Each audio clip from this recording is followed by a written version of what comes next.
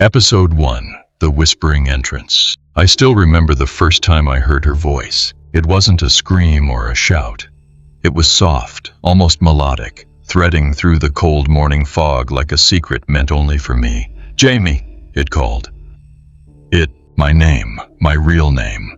Not the nickname I hated, not the one I used at work, but the one buried deep, the one I had almost forgotten I even had. I was standing at the edge of Greymore Forest, the place the town warned everyone to avoid. They said it was haunted, cursed, filled with the echoes of people who wandered too far and never returned.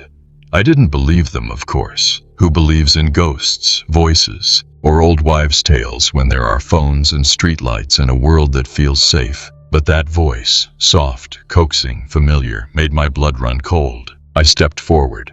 Mist curled around my boots, hiding the roots and the uneven ground beneath. Trees loomed like silent sentinels, their branches scratching against one another, creating whispers of their own. The voice came again, closer this time, urgent, almost pleading. "Jamie, come closer." I froze. Logic told me to turn back, to run home, lock the door, pretend this never happened.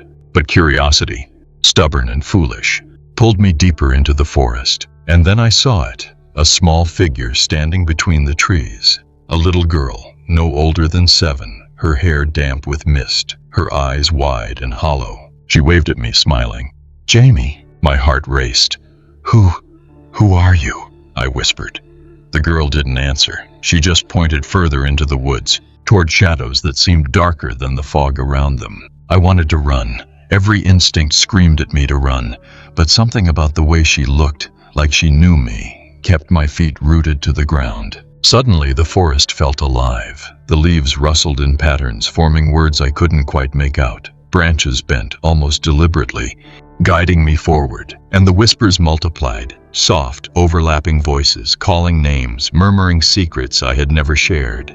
My own voice joined them, echoing in ways I couldn't explain. I stumbled backward, tripping over a hidden root. When I looked up, the girl was gone.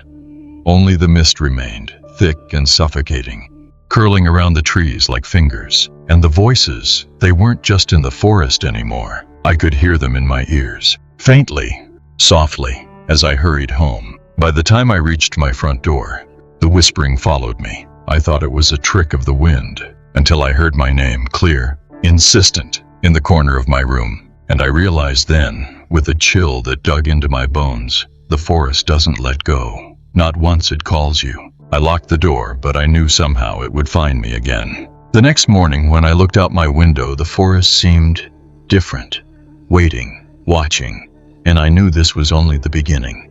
Episode 2. Footsteps behind me. I never thought footsteps could haunt you. Not the creak of old floors, not the echo of your own shoes. But that night, I learned the forest has a way of following, even when you're miles from it. It started as I walked home from the diner. The streets were empty, fog curling low, swallowing the lampposts one by one. I could hear my own boots crunching against gravel, and then, faintly, just behind me, another set. At first, I thought it was someone else, a stranger walking the same route. I glanced over my shoulder.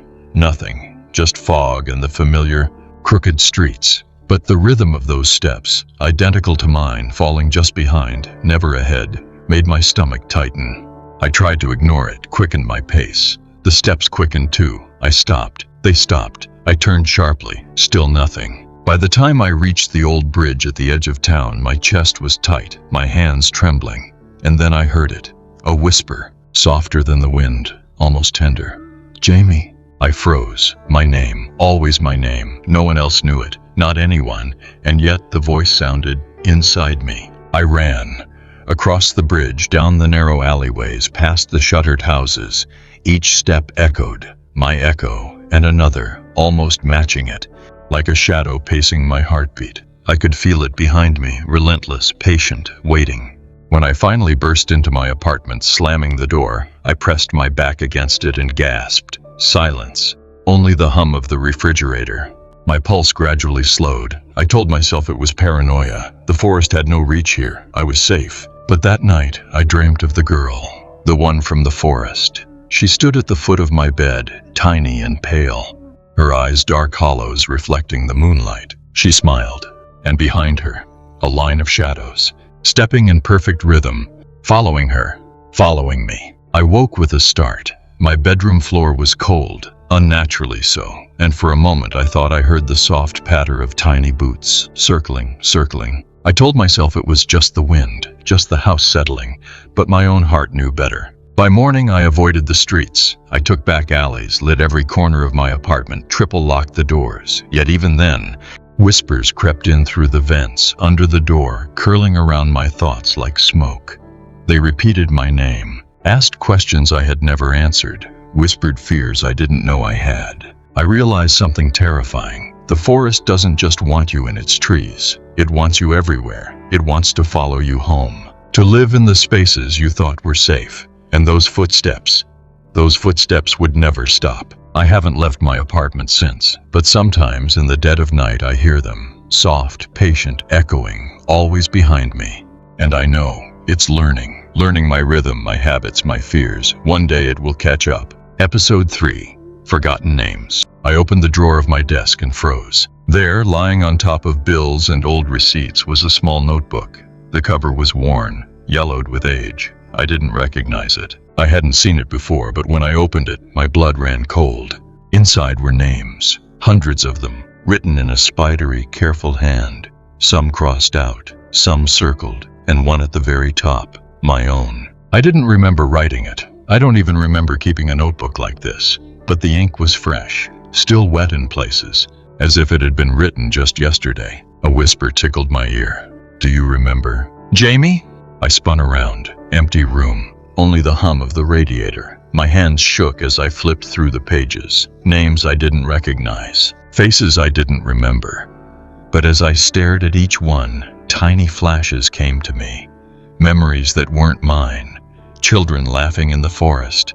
A man crying under the trees. Someone whispering secrets I had never told. I slammed the notebook shut. I told myself it was a prank. Someone must have broken in, but the apartment was locked. No one had entered. That night, I dreamed of the forest again. But it was different this time. The trees were lined with faces, pressed against the bark, mouths moving silently. The girl from before walked among them, her hollow eyes fixed on me. She whispered a name, someone I'd never met, yet somehow knew.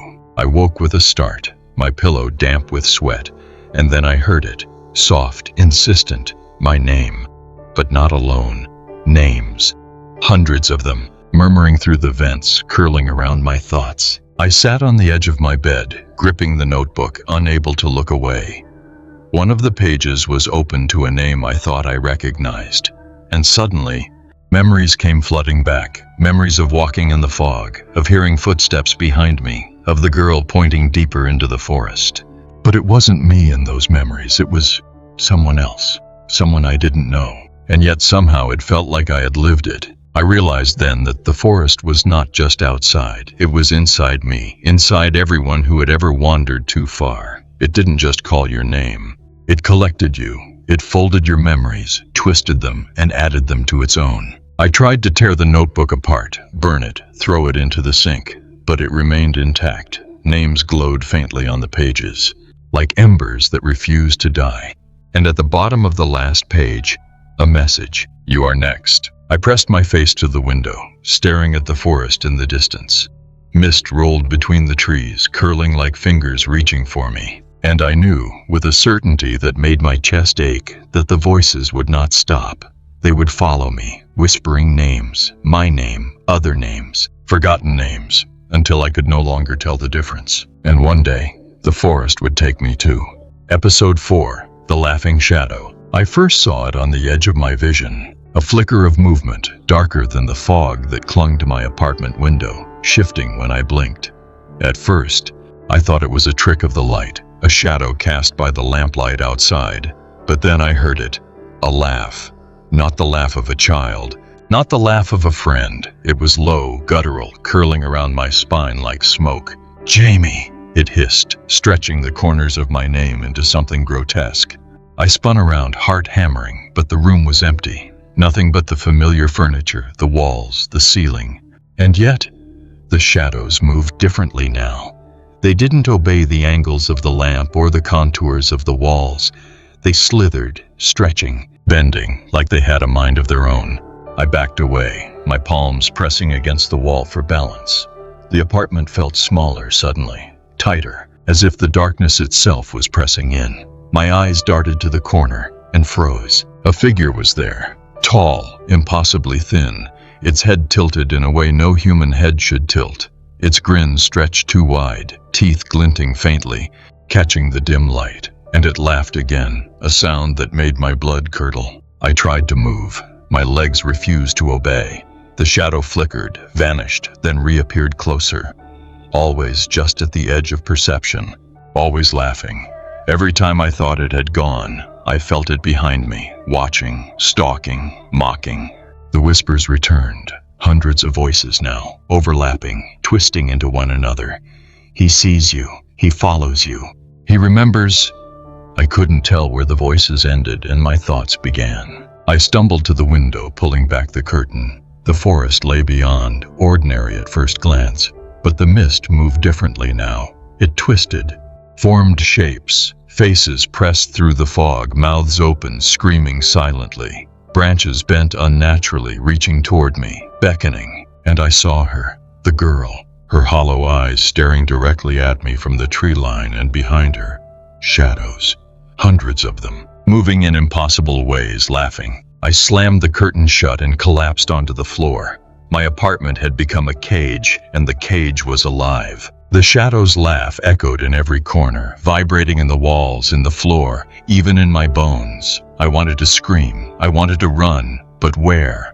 Outside was the forest. Inside, the shadows. Hours passed, or maybe minutes. Time had no meaning anymore. Every flicker of light, every whisper, every cold draft made me flinch, made me doubt my own senses. And then, as if mocking my terror, the laughter stopped. Silence. Only silence. I dared to lift my head. The corner was empty. The shadow was gone. But I knew better. I had seen enough. It was waiting, watching, laughing just out of sight. And the forest. It had sent it to me. I wasn't safe. Not anywhere. Episode 5. Homecoming. I thought the forest's reach ended where the trees thinned and the streetlights began. I was wrong. The first whisper came the night I returned from work. I was unlocking my apartment door when a faint voice slid through the crack beneath it. Jamie. Soft. Insistent. Familiar. I froze, keys in hand, staring at the shadowed hallway. No one was there. Just the hum of the heater, the distant cars, the ordinary city night. I tried to shake it off. Maybe it was fatigue. Maybe it was paranoia. Maybe the forest was just teasing me. I stepped inside, locked the door, checked the windows, every latch secured. But the whispers didn't stop. Jamie. They were soft at first, brushing the edges of my mind, curling around my thoughts like smoke. I told myself it was the apartment settling, the pipes groaning, a loose vent. But then came the other sounds, footsteps pacing across the floor above, though I live alone. Chairs scraping softly in the kitchen, though nothing had moved. A faint, childlike giggle from the living room. I gripped the edge of the counter, knuckles white. My heart hammered in my chest. I wanted to call someone, anyone. But the line to my phone buzzed with static, the screen flickering. The forest didn't just reach me outside, it had found its way in. Every shadow became suspicious. Every flicker of light a threat. The whispers grew louder, overlapping, repeating my fears. You can't hide. You can't escape. Jamie. I tried to sleep, curling under the blankets, pulling them over my head, but the voices followed me into my dreams. The forest bent reality in ways I couldn't comprehend. In the corner of my room, branches curled through the walls, fog slithered beneath the doors, and the girl from the forest stood at the foot of my bed, smiling, beckoning. Behind her, shadows swayed, laughing, whispering names. My name, others' names, names I didn't know. The next morning, sunlight felt alien. My apartment was the same, yet nothing felt normal. Objects were slightly out of place. My coffee mug shifted, a chair angled differently, as if someone unseen had moved them. And through it all, faintly, a whisper, we're here, always here. I couldn't stay, not even in the place I called home. Every room, every hallway, every familiar corner had become an extension of the forest. Its whispers followed me, creeping into my thoughts, testing the boundaries between what was real and what was memory. I packed a bag, thinking of leaving. Anywhere far from here. But when I stepped outside, the fog rolled in from the streets, soft and thick, curling around my ankles. The voices rose again, carrying through the morning air. "You can't leave, Jamie." I realized then, with a terror that turned my stomach to ice, that there was no escaping the forest. It didn't live in the trees alone. It lived in me, in the walls of my apartment, in the very air I breathed. And the whispers, they would follow me wherever I went. Forever. Episode 6. The Mirror in the Woods. The forest doesn't always call your name. Sometimes it shows you yourself. I couldn't stop thinking about the whispers, the shadows, the way the forest had followed me home. I needed answers. Or maybe I needed proof that I wasn't losing my mind. That's why I went back. The mist was heavier than before, curling around my ankles, soaking my shoes. Every step felt deliberate, as though the forest itself was guiding me deeper. And then I saw it. A mirror, standing upright between two gnarled trees. No frame, no support, just a perfect reflection hanging in the fog. I froze. When I peered into it, I expected me. But the reflection that stared back was wrong. My eyes were hollow, my skin pale as fog. Behind me, in the glass, shadows moved. Faces, twisted, screaming, whispering. My own voice echoed from the reflection, calling names I didn't know. "Jamie." I stumbled back. The mirror did not shatter. It simply waited, silent and patient. And then I noticed the first of the others. Small movements in the reflection, shadows gesturing, beckoning me. I wanted to turn away, run, but my feet were rooted to the damp earth. The reflection began to shift, replaying scenes I had never lived. A man crying beneath a tree, children laughing in circles I couldn't see around. And then, myself, walking among them, smiling, handing secrets to the shadows, participating in something I had no memory of. I gasped. My reflection grinned wider than my own face could manage. A voice whispered from the mist, soft but undeniable. "This is what you are, Jamie. What you were always meant to be." I tried to tear my eyes away, but the reflection held me. Memories, or were they futures, flashed rapidly. Every misstep I had made. Every time I had ignored warnings. Every time I had laughed at the forest. All of it mirrored, twisted, revealed. The shadows in the glass leaned forward, pressing against the surface as if they could step through. And then the little girl appeared again. She raised a finger, tapping the mirror, and I felt a shiver race down my spine. "You belong here," she whispered. Her mouth moved, but no sound came from her lips. The voice came from everywhere. The trees, the mist, the mirror, my own mind. I ran. Branches clawed at my jacket. The fog thickened. The whispers grew into a chorus, mocking, laughing, naming. My own reflection followed me, always in the glass, always smiling. I didn't look back, but I felt its eyes on me long after I left the clearing. That night, in my apartment, the mirror appeared again, on my wall, upright, untouched by human hands, and in it my reflection waited, grinning. The forest had followed me home. Episode 7. The Children Who Wait. I never thought children could be terrifying, but I hadn't met these children. I returned to the forest, despite every warning, despite the whispers that had followed me home, despite the mirror that had appeared in my apartment, reflecting nightmares that weren't mine. I thought I was looking for answers. Maybe I was looking for control. I was wrong. The fog swallowed the path quickly, thick and suffocating. The air smelled damp, earthy, and faintly sweet, like candy left out too long. And then I heard them. Laughter. Soft at first, almost innocent, then louder. A chorus of voices singing a nursery rhyme I didn't recognize, yet somehow remembered. I froze. The laughter circled me. From the mist, shapes began to appear. Small, swaying figures, too pale to be healthy, eyes wide, mouths open in smiles that didn't reach their eyes. They didn't run when I approached. They didn't even blink. They just waited, tilting their heads, hands clasped behind their backs. "Jamie," they called in unison. I flinched. How did they know my name? One stepped forward, a little girl with tangled hair and eyes like deep voids. She held a doll with a cracked porcelain face. She set it down on the ground and it began to move, crawling toward me on its own, limbs bending in ways that made my stomach churn. The children laughed again. Their hands reached for me, beckoning, coaxing. I wanted to run, but the path behind me seemed to dissolve, swallowed by fog. The trees bent inward, branches like fingers blocking my escape. The forest was alive, and it had set a trap. They began to chant, a low, rhythmic hum, voices layering over one another, forming a single word I didn't understand, until it echoed in my mind, stay. Panic rose like fire. I stumbled backward. The fog thickened, carrying the scent of decay and wet leaves. Shadows moved beneath the trees, following, circling. The children were everywhere now, on the branches, between the trunks, their grins impossibly wide. And then I saw it. Footprints, dozens of them, circling me, not just on the ground, but floating in the mist, glowing faintly, leading deeper into the forest. The children pointed, whispered, urged me forward. I felt the pull, a force stronger than fear, stronger than reason. I knew leaving meant death, or worse. Staying meant being claimed, absorbed, forgotten. The line between choice and fate blurred. I ran, or tried to.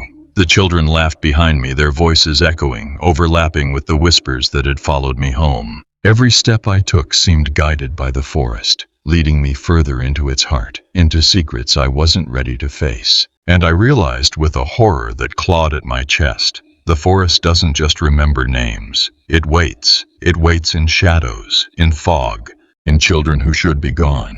And once it finds you, it never lets you go. The children were watching me, always. And one day, they would reach me. Episode 8. Voices of the Past. The forest doesn't just speak, it remembers. I found that out the night I wandered too far. The mist pressed against my skin like wet cloth, cold and suffocating. Every tree looked the same, yet every tree seemed to whisper secrets I wasn't ready to hear. It started with faint voices, murmuring behind the rustling leaves. I thought I was imagining it, until the whispers formed words. Names, dates, please, confessions, please, forgive me. I froze. The voice trembled, raw with emotion. It wasn't mine, not mine, and yet, every word resonated in my chest, pressing against my ribs, twisting my thoughts. I stumbled forward. The fog parted in places, revealing glimpses of the past. Shadows moved in the corners of my vision, figures frozen mid-action. A man, his face buried in his hands, sobbing. A woman kneeling, hands clasped as if in prayer, whispering a name. Children laughing, then screaming.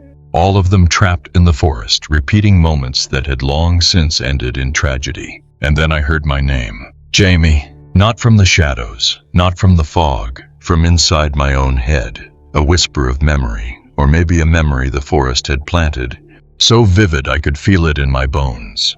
Faces pressed through the mist, their mouths moving in silent pleas, eyes wide with fear and regret. The ground beneath me shifted, roots lifted, twisting like hands, guiding me toward a clearing. There, an old tree stretched upward, its bark etched with names. Names I recognized from the notebook, names I hadn't known, yet somehow remembered. The whispers grew louder, overlapping into a cacophony of guilt, despair, and terror. One voice broke through, distinct and cruelly clear. We are all here, all those you forgot. I fell to my knees. The forest seemed to lean closer, branches bending like fingers, pressing secrets into my mind. I saw flashes, someone buried beneath leaves, someone screaming into silence, someone lost, wandering, never returning, and behind them, the girl, always the girl, smiling, watching, waiting. I realized the forest didn't just collect names, it collected sins, regrets, fears. It memorized every mistake, every secret, every whispered prayer, and it shared them with anyone who dared to enter, anyone who dared to listen. I tried to run, but the voices followed, echoing inside me, replaying moments I had never lived. I felt my own fear mirrored in the eyes of the past victims, their desperation bleeding into my bones. The forest had claimed them, and now it wanted me too. When I finally staggered back to the edge of the trees, sunlight touched my face, and the voices faded, for now. But I knew they were waiting in the roots, in the fog, in the whispers of the past. And I knew deep in my chest that one day, the forest would call me back, and I would have to answer. Episode 9. The Hollow Tree. I had always thought trees were silent witnesses. I was wrong. The fog was heavier that morning, hanging low like a curtain of wet smoke. I had returned to the forest despite knowing better, despite the voices that followed me home, the shadows that grinned at the edges of my vision, the mirror that showed futures I hadn't lived. I was searching for answers, though I didn't yet realize the forest would answer only on its own terms. And then I saw it. A tree unlike any other. Its trunk was hollow, gaping like a mouth frozen mid-scream. Its bark twisted unnaturally, grooved and lined with shapes that looked like faces, pleading, screaming, watching. The mist curled through its hollow, moving almost like breath. A whisper came from within the tree, low, resonant, vibrating through the air and my bones. Jamie. I staggered back. My rational mind screamed that it was impossible, but the voice was unmistakable, personal, familiar. And then it spoke again, clearer this time. Do you see us? I squinted into the hollow, faces pressed against the inner walls, their eyes wide, mouths moving silently.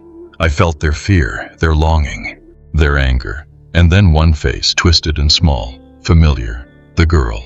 She tilted her head, beckoning. I wanted to run. I tried, but the ground beneath me seemed to shift. Roots curled around my ankles, gentle but insistent, guiding me closer. The voice continued, patient, almost tender. We have been waiting, all of us, trapped in the dark, bound by memory, by fear. The forest remembers, and so must you. I swallowed hard, heart hammering. What do you want? I whispered. A branch snapped, and the hollow deepened. A chill swept over me. You are the one who listens. You carry the names, the voices, the sins. Will you remember, or will you forget? Like all the others? The forest seemed to lean in. The mist thickened, curling around my chest, my arms pulling me toward the tree. I could feel hundreds of whispers pressing into my mind, memories that weren't mine, secrets that weren't mine. Yet every syllable cut deep into my consciousness. I staggered, falling to my knees. The hollow tree seemed to pulse, alive, breathing, communicating. Shadows flickered within, showing me fragments of the past, faces of people who had vanished, drawn into the forest, absorbed into its memory. Their eyes pleaded, their lips mouthed words I couldn't hear, and I realized this tree wasn't just a tree. It was a vessel, a recorder, a keeper of souls. And now it wanted me. I scrambled back, nearly falling into the mud. But the whispers followed, echoing in my head. I could feel the girl's gaze, the forest's patience, the hollow tree's insistence. I had stepped too close, listened too long. When I finally broke free from the edge of the clearing, the tree stood silent again, merely a shadow among shadows. But I knew it would wait, waiting for the next visitor, waiting for me. And I knew, deep in my chest. Episode 10. A Friend Lost. I thought I could face the forest alone. I was wrong. It started with a knock at my door. Danny, my oldest friend, the one person who had never doubted me, never laughed at my stories about whispers, shadows, or the mirror. He looked serious, pale, the kind of pale that comes from sleepless nights and fear you can't name. I'm coming with you, he said, voice low, determined. You can't do this alone. Jamie. I didn't want him to come. I knew the forest would see him, would claim him. But the stubbornness in his eyes left me no choice.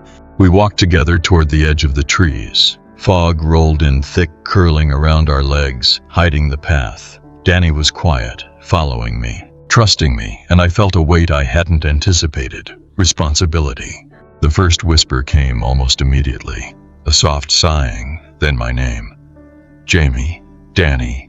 I froze. Danny glanced around. Do you hear that? Before I could answer, a shadow flickered through the mist. A figure, small and pale, darted between the trees, giggling, beckoning. My stomach dropped. The girl, and behind her, dozens of tiny figures, children, faces twisted, eyes hollow. Danny stepped forward. Jamie, wait! I did, just in time to see him vanish. 1 second he was beside me, the next, gone.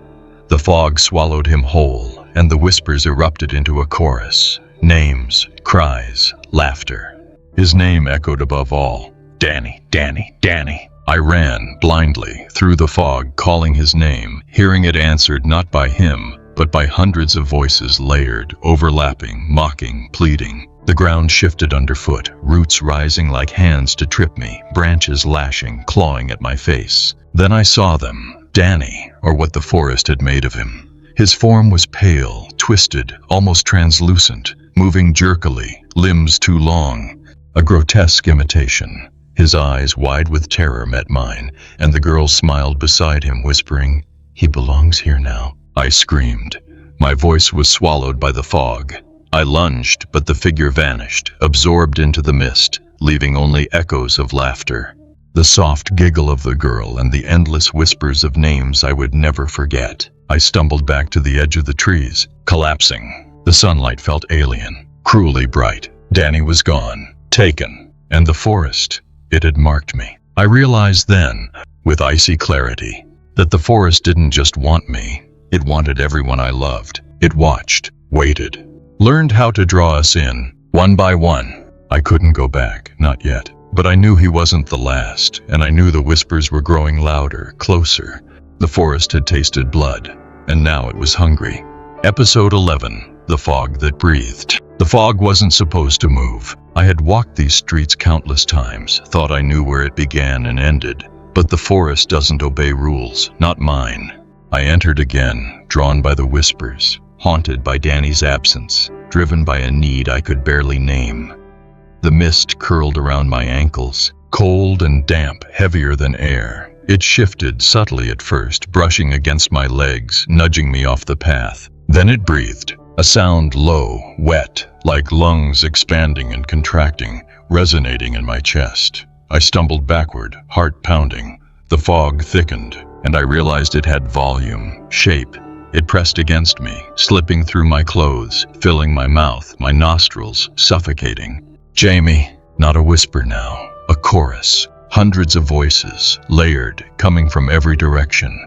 The fog pulsed with them, a living entity, breathing secrets, pain, memories I hadn't lived but now felt painfully real. Branches scratched my face as I ran, but the fog followed, curling around me, tugging at my ankles, rising higher, almost sentient. I could see vague forms moving within it, shapes of children, shadows, Danny, and the girl. They were inside the mist, alive, watching, breathing with it. I tried to scream. My own voice returned, echoing back distorted, whispering my name in a dozen variations, layering over one another, until I couldn't tell my voice from theirs. The forest itself seemed to lean in, trees twisted, roots clawing toward me, guiding me toward the heart of the fog. And I understood, they weren't just following me. The fog was the forest, alive, aware, hunting. It inhaled my fear, exhaled visions of the past victims, faces pressed through the mist, mouths moving in silent pleas. A hand grabbed my shoulder. I spun, empty air. Then another, this time pulling at my sleeve. My body jerked forward, unable to resist. The fog congealed, forming shapes, hundreds of them, writhing, laughing, whispering, pointing toward a clearing. In the center, the girl stood, smiling, holding Danny's hand, or what had once been his hand. His face, pale and hollow, turned toward me, lips moving silently. The fog pulsed around him, and I realized it had made him part of itself, a vessel, a messenger.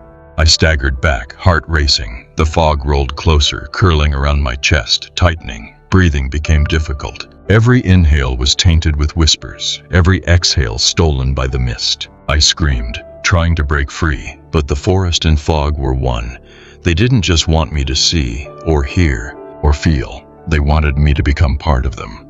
I ran blindly, branches scratching, fog pressing, voices calling, until finally I stumbled out of the forest, lungs burning, soaked with mist, shaking. Sunlight cut through the fog, and for a moment it felt like safety. But I knew better.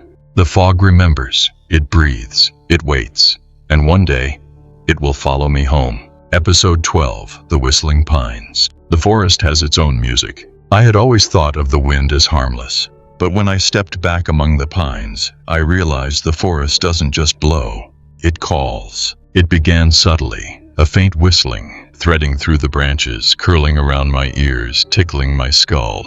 At first I thought it was the wind, but it wasn't random. It was deliberate, melodic, hypnotic, pulling me deeper, step by step, into the forest I should have feared more than ever. Jamie. The whispers joined the tune, hundreds of voices weaving into the notes, names, pleas, laughter, each sound bending reality. I tried to resist, to stop following, but my legs moved on their own.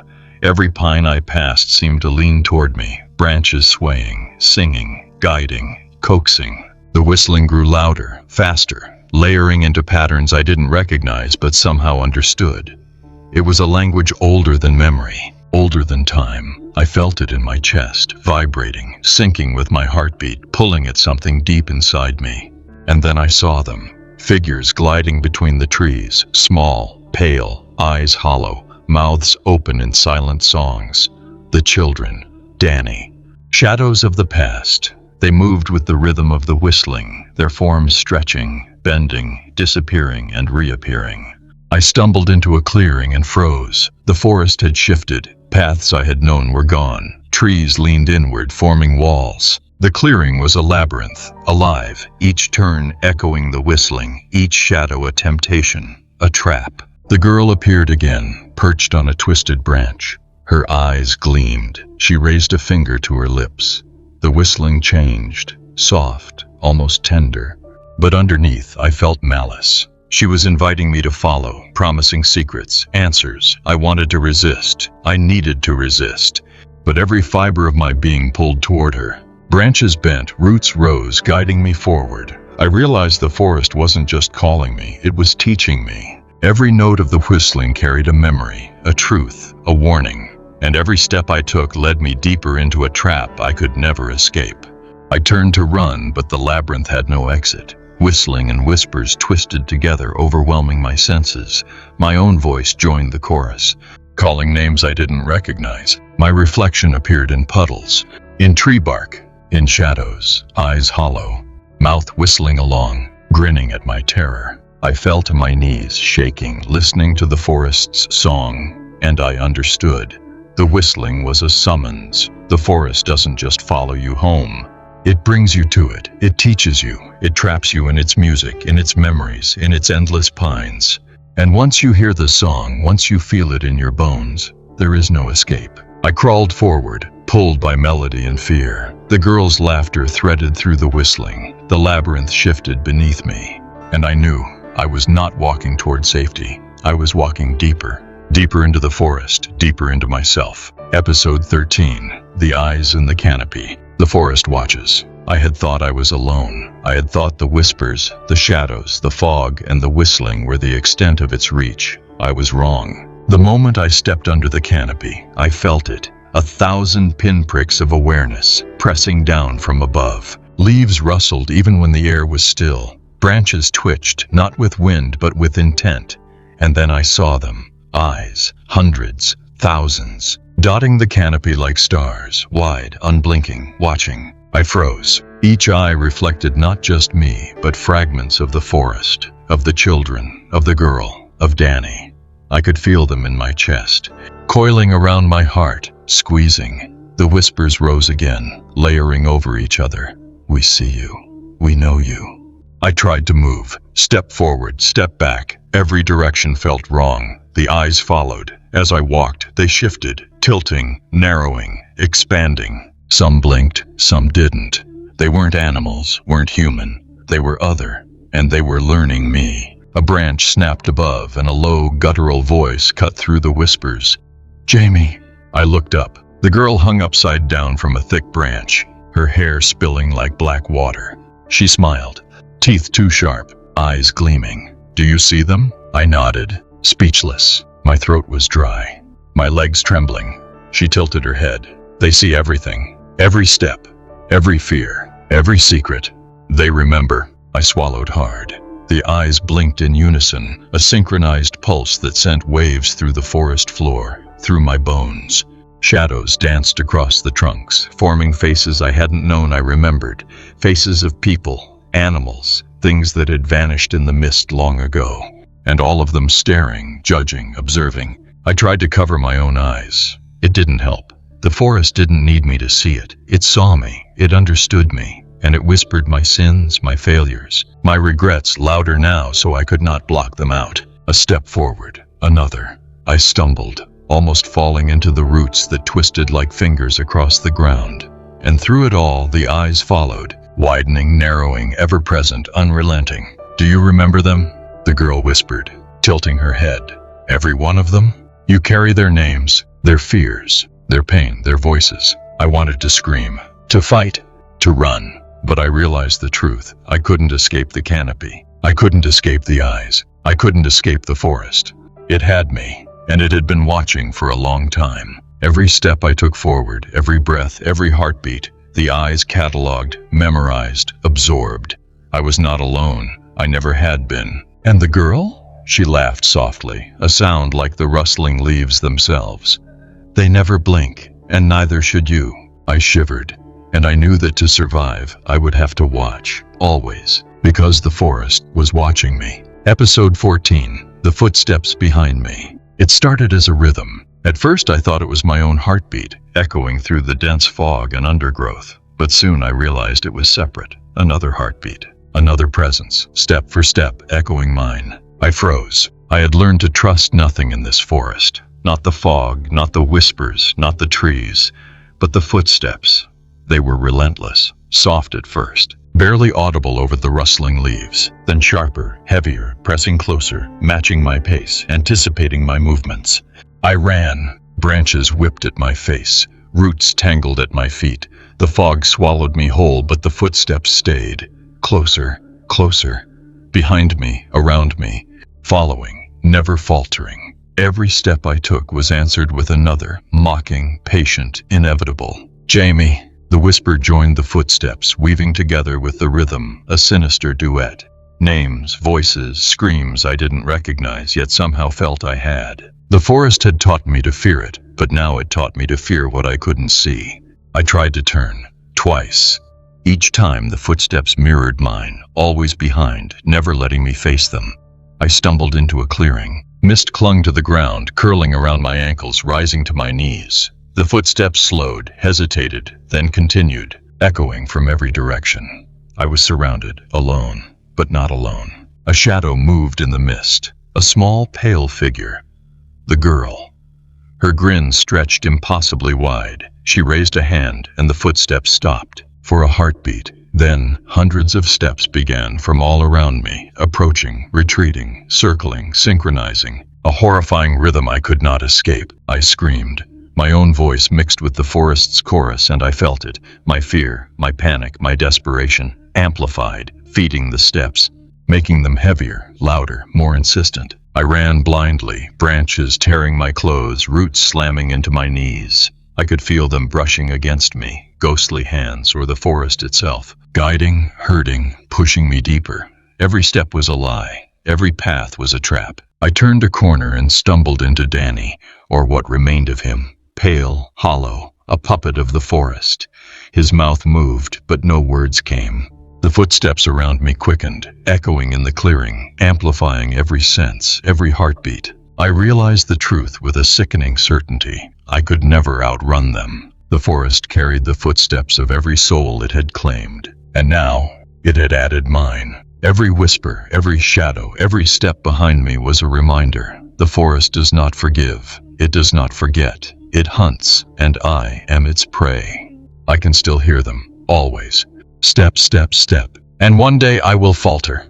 Episode 15, The Heart of the Forest. I had walked every path, chased every whisper, and survived every nightmare the forest had thrown at me. But nothing could have prepared me for its heart. The trees thickened, twisting into shapes that felt alive, leaning over me, their roots like veins through the soil. The mist had become solid, oppressive, a living wall that shivered and pulsed with every step I took. And then I saw it. A clearing, enormous, impossibly wide.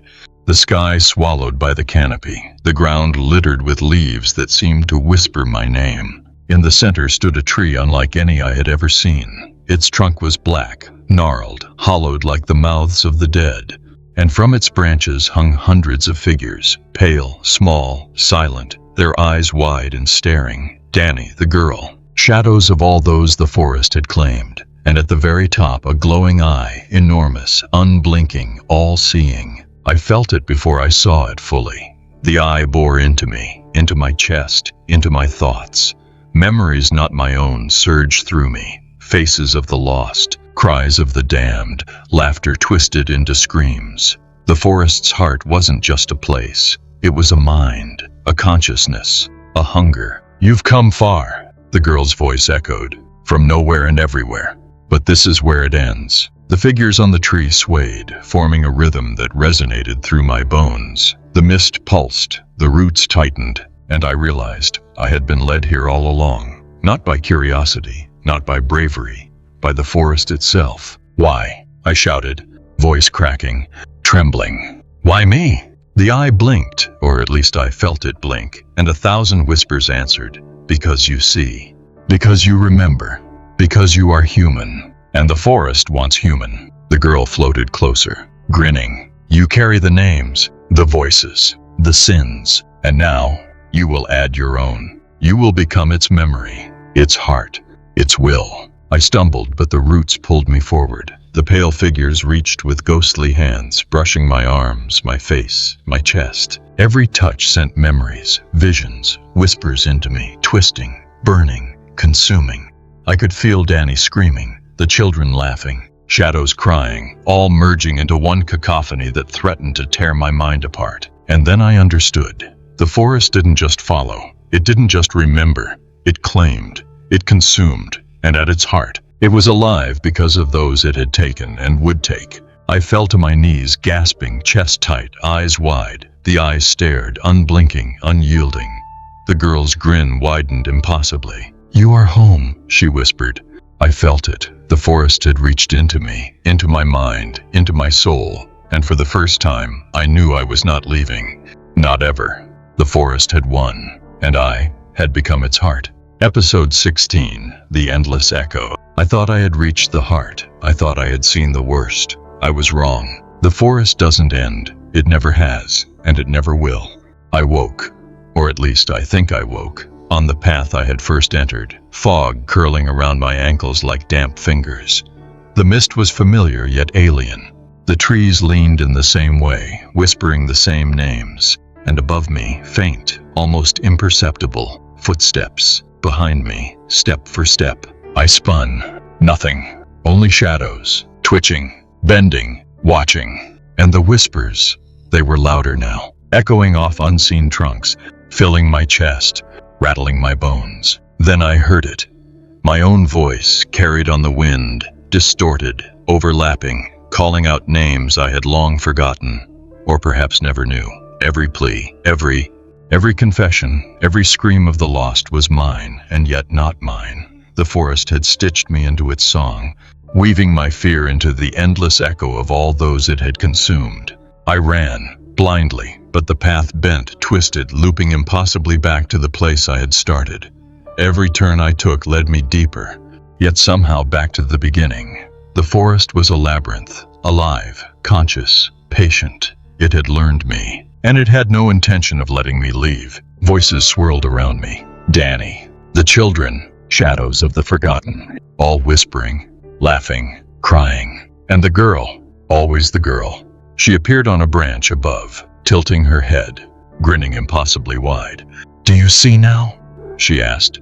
"There is no escape, only echoes, only memory, only this." The mist thickened, rising to my knees, then my chest. It whispered my secrets, my sins, my regrets. My own hands seemed to belong to someone else, moving, trembling, reaching out to the fog as if drawn by its will. I realized then I had become part of the forest's memory. I had been absorbed, and yet I still existed. Step, step, step. The footsteps continued, though no one was behind me. The echoes of my own fear carried forward, endlessly repeating. Twisting with every iteration of myself the forest had trapped. I screamed, but the sound returned to me, layered and distorted, a chorus of my terror stretching on forever. I stumbled into a clearing and froze. The tree, the hollowed, blackened heart. But it was different now. Faces pressed against the bark, countless, endless, and among them, my own. The forest had claimed me, stitched me into its memory. And yet, it wasn't satisfied. It never is. I ran again and again. Every path, every turn, every step led me back. The whispers, the fog, the eyes, the footsteps, they all followed. I understood now. The forest is infinite. It does not sleep. It does not rest. And those it follows, it never releases. The echoes are endless, and one day they will find you. Episode 17, The Shattered Moon. The night fell heavy, thick with fog, and the forest seemed to hold its breath. But it wasn't the darkness that scared me. It was the sky. I looked up and my blood ran cold. The moon was broken, not cracked like a stone, nor shadowed by clouds. It was shattered, as if the sky itself had ripped open. Pieces of silver fell slowly, suspended, rotating in the air like fragments of a mirror reflecting everything I had feared, and every secret I carried. Each shard seemed to pulse with a faint, sickly light, illuminating the forest in twisted, unnatural patterns. And then the whispers changed. They rose, frantic, overlapping, carried on the wind that now had teeth. The fragments of the moon cast shadows that weren't shadows, figures moving, crawling, stretching across the trunks and floor, faces pressed against the mist, eyes wide, mouths opening in silent screams. Danny, the children, the girl, all of them staring upward, staring at me. I stumbled backward, my foot catching on roots that writhed like snakes. My heart pounded. The shattered moon seemed to hum, a low vibration that resonated through the trees, the fog, even my bones. Every pulse of light revealed more horrors. Trees twisting impossibly, branches stretching toward the sky, roots clawing at the ground like skeletal hands. Then I heard it, clearly, unmistakably, a voice from the largest shard. "You see us. You feel us. You belong," I screamed. The fragments of the moon fell around me, spinning, slicing the air, reflecting visions of the forest I didn't want to see. Memories of the lost, moments of terror, glimpses of myself twisted and broken, wandering endlessly through the mist. Each reflection reached into my mind, tugging at my fear, amplifying it, bending reality. The girl appeared floating among the shards, her grin impossibly wide. "The moon breaks, and so do the borders. The forest has no edges tonight. Jamie, no walls, no escape. Everything is here, and soon you will be too." Roots shot up, wrapping around my ankles. The fog rose, swirling, forming shapes that lunged at me. Whispers growing louder, faster, unbearable. I fell, scraping my hands on the wet earth, and looked up. A shard hovered above me, spinning slowly, reflecting not just my fear, but the fear of all the forest had ever claimed. I realized then, the shattered moon wasn't just a spectacle, it was a warning, a summoning. The forest had grown bolder. It was no longer content with shadows, whispers, or footsteps. Tonight, it reached for the sky, and me. I scrambled, lungs burning, branches lashing, roots pulling, fragments falling around me like silver daggers. The girl's laughter threaded through the broken light. The forest pulsed, alive, infinite, unstoppable. And I knew, even if I survived the night, the shattered moon would haunt me forever. The forest waits, always, and the sky itself is part of its hunger now.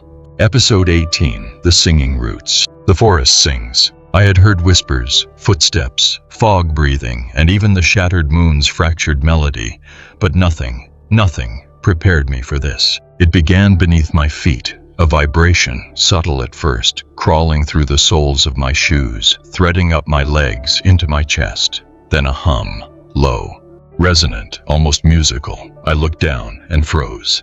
The roots. They were moving, not crawling like animals, not twisting like branches. They sang. Thick, gnarled, blackened roots pulsed with sound, each note a living thing, wrapping around my senses. They hummed my name, twisted my memories, struck at my fear, and with every vibration, I felt the forest inside me pulling, shaping, controlling. I tried to step back, but the roots tangled, coiled, pulling me deeper.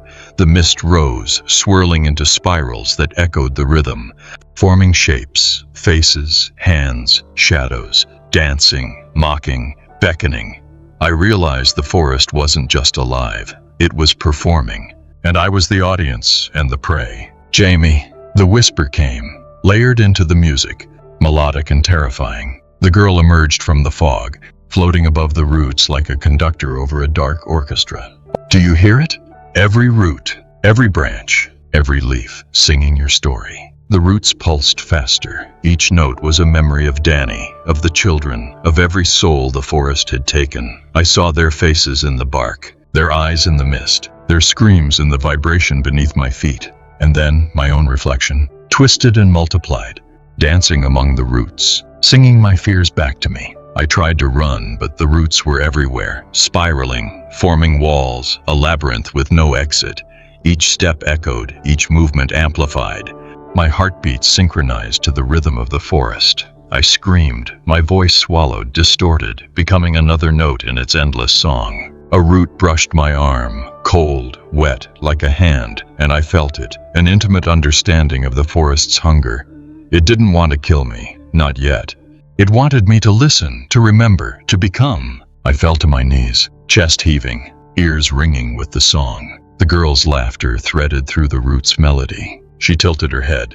Sing with us, Jamie. Become part of the chorus. Forever. I tried to fight it, to resist, but every vibration, every note, every whisper pulled at something deep inside me. The forest had always been patient, always learning, and now I was trapped in its symphony. My fear, the music, my terror, the rhythm. The singing roots were endless. They breathed, they whispered, they remembered, and I knew the forest had claimed not just my body, but my very senses. I was trapped, and I was listening. Forever. Episode 19, The Shadows That Swallowed Time. Time stopped. At least it felt that way. The moment I stepped deeper into the forest, the air thickened, heavy and slow. The mist clung tighter, coiling around me like living chains. And then I noticed the shadows. They weren't cast by trees, not by the moon, not by anything natural. They moved independently, twisting, stretching, flowing over the ground like liquid darkness. And with each step I took, the shadows multiplied, swallowing the space around me, pressing forward, folding the forest into impossible shapes. I called out. My voice echoed and then returned, warped, faster, slower, backward. Every word stretched, distorted, lost meaning. Time itself bent around me. Minutes became hours, seconds became eternity. And all the while the shadows whispered, names, pleas, screams, my own fears, amplified, rebounding, endless. I tried to run, but each path led me back to the same clearing, the tree, the heart of the forest. Only now it was different. Its branches reached impossibly high, twisting into the sky, while its roots burrowed impossibly deep, stretching into darkness I couldn't see. The shadows moved along it, climbing, flowing, a living river of black that absorbed light, sound, and hope. The girl appeared, floating among the twisted branches. Her grin stretched impossibly wide. Time bends here.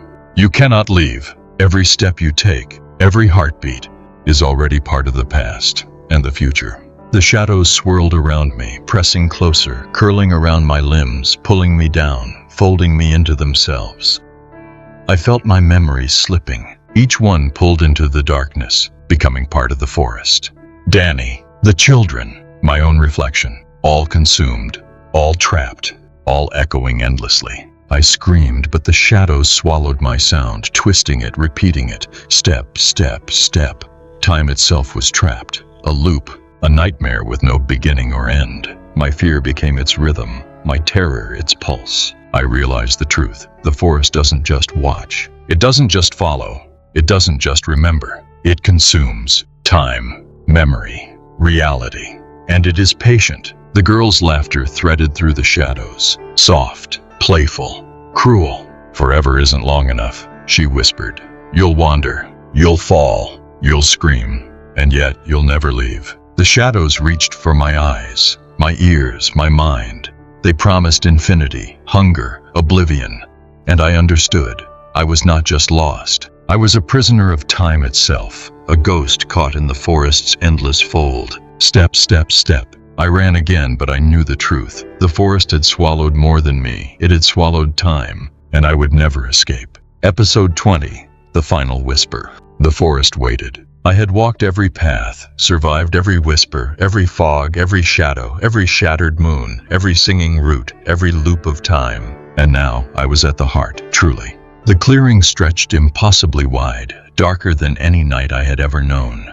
The great blackened tree loomed, twisting its branches into the sky like grasping hands. Its hollow trunk throbbed, alive, pulsing with the memories of every soul it had claimed. The mist swirled, thick and suffocating, carrying voices from 1,000 pasts, and mine among them. The girl appeared first, floating like a dark angel above the roots, eyes gleaming, grin impossibly wide. This is it. Jamie. The last step. The final whisper. Are you ready to join us? Forever? I wanted to scream. I wanted to fight. But I realized the truth. Nothing could save me. The forest had claimed not just my body, my fear, my memory, but my very essence. Every heartbeat, every breath, every thought was already part of it. The roots surged, writhing like serpents, pulling me forward. The shadows from before reached up, twisting, bending time and space, folding the clearing in on itself. I could see faces, Danny, the children, all those lost, pressing against the tree, mouths moving in silent prayers and screams. They reached for me, urging me, warning me, welcoming me. And then, silence. A single, low whisper. Listen. The tree's hollow trunk opened, revealing a darkness beyond comprehension. A void that smelled of memories, of fear, of eternity. The girl's voice threaded through it. This is where you end and begin. The forest does not forgive. It does not forget. It does not release. I stepped forward, trembling. The roots pulled, the shadows leaned, the mist curled around me, wrapping me, folding me into the forest's infinite heart. I felt myself unraveling, dissolving into the pulse of the tree, the rhythm of the roots, the song of the fog.